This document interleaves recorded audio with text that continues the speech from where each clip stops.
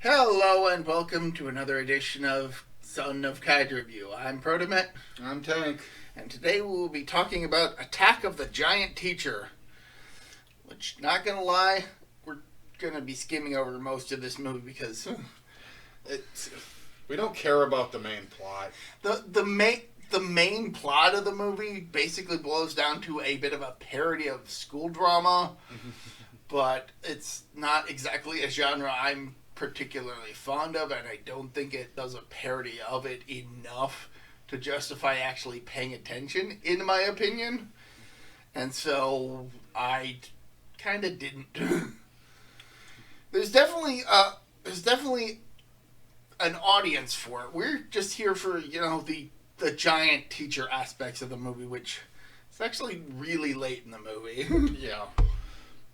So, the kind of the plot of it is he's a teacher of a night school, and his students want to put on like a play. Because by the end of the year, this night high school is shutting down because it doesn't have enough students. And so the whole class gets together to put on this elaborate pastiche of the folktales of Momotaro and the Grateful Crane.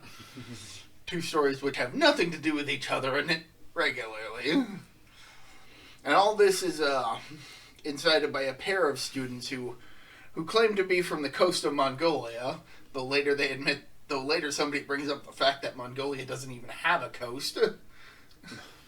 They're just the strangest people in that class. And it's no surprise that they turn out to actually be aliens who've been pursued throughout the entire movie by this evil alien that's been trying to track them to Earth. And that effect looked pretty stupid. I mean, I actually kind of like the fact that the alien is just a string puppet.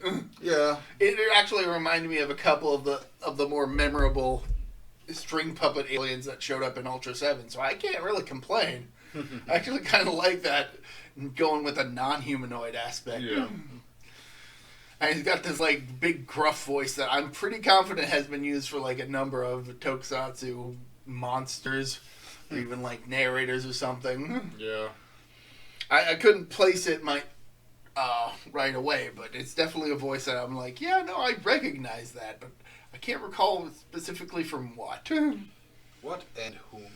Maybe, I want to say maybe he was the narrator for Kamen Rider Decade, but I might be wrong. So don't quote me on that. But, yeah, the two aliens end up using their powers to recover an IOU that another student had with this, like, loan shark lady who's trying to pressure her into paying off her debt through illicit means.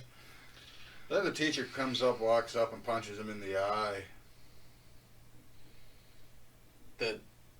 No, that's a different character. You're thinking of the lady who is hawking products for another company. Oh, yeah. And that guy comes to the school to basically like, hey, you haven't been getting enough sales lately. What the hell's going on? You should just quit this night school and work. Well, I wasn't paying attention at that point, and then I just randomly come up and these two are talking, and the teacher walks up and just punches the guy. Just like, what? Yeah, no. What I was talking about was when the teacher gets some help from another teacher and who recommends him a lawyer, an undefeated lawyer, to help him deal with this IOU situation. And wrestling is involved in that. Yeah, just this lady just pretty much headbutts him and then puts him in submission holds, and it's kind of a funny scene. But yeah, no, what we really come for is the climax of the movie when the alien shows up on Earth demanding that the Earthlings hand over the two aliens who are in their desperate attempt to try and escape from the planet, give the teacher these pills that turn him into a giant.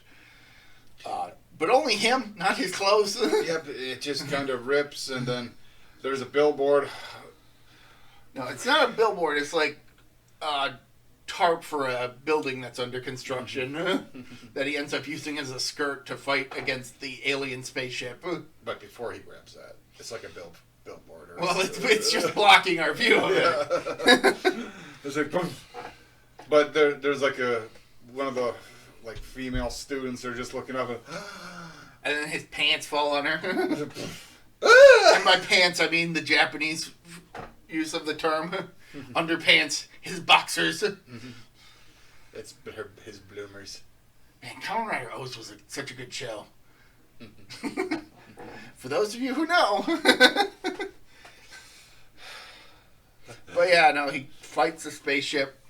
The alien students manage to escape, and he manages to defeat the evil alien spaceship, thus saving Earth and the others and the students. And this he like suplexes, like the thing keeps trying to fly away and chase him, but he just keeps holding him.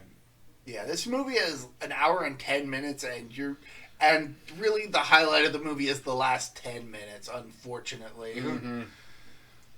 I mean, the whole movie is interspersed with the alien looking for the two aliens, so we are presented early on enough with this sci-fi plot, but it keeps getting interrupted by the main school festival plot line. Also, the alien goes to other planets and pretty much feeds before it goes to Earth. Yeah. I'm pretty sure it's trying to get to Earth to eat these two aliens for some reason. It's like dead set on that, but I mean the prop effects are pretty good. Yeah. I've already commented on how I love the design of the evil alien just being a string puppet. Boinky, boinky, boinky, boinky. I mean, it's not for everybody, but I liked it. Yeah. But yeah, you're really only watching this movie for like the 1/7 of the film that the title actually implies, which is kind of a shame. Mm-hmm. I kind of feel like the school stuff could have been funnier. Like it's clearly this is like a night school for adults rather than actual high school students, despite being called a high school. Mm-hmm. I mean, after all, some of them have jobs. Mm-hmm. We have seen much, much better giant humanoid movies. Absolutely, and this is probably the poorest that we've seen. Yeah, that's really unfortunate. We get things like Big Man Japan. Absolute banger of a film. The Amazing Colossal Man and War of the Colossal Beast. Mm-hmm. That one where the wimpy guy turns into Kaiju Mono, which we actually talked about earlier this year, I think. Yeah. If I recall correctly. And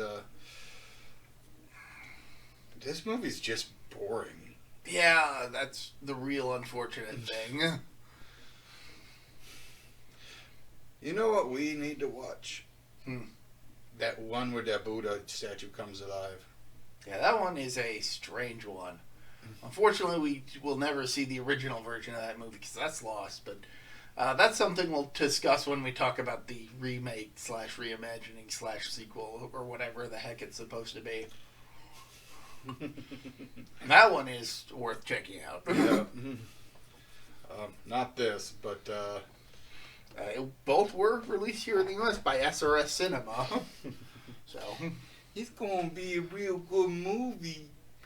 Yeah, like I think the most memorable part of this movie for me was the ending theme, and even then I remember it differently from how it actually goes. They, like, during the end credits, they pretty much re-shown the entire movie next to the end credits. Also, technically, the movie is split into chapters, because we get, like, chapter titles every so often, but... It's just like...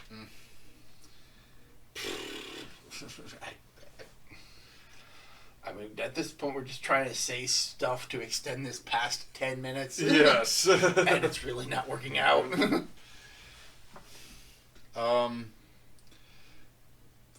Favorite scene is probably the end.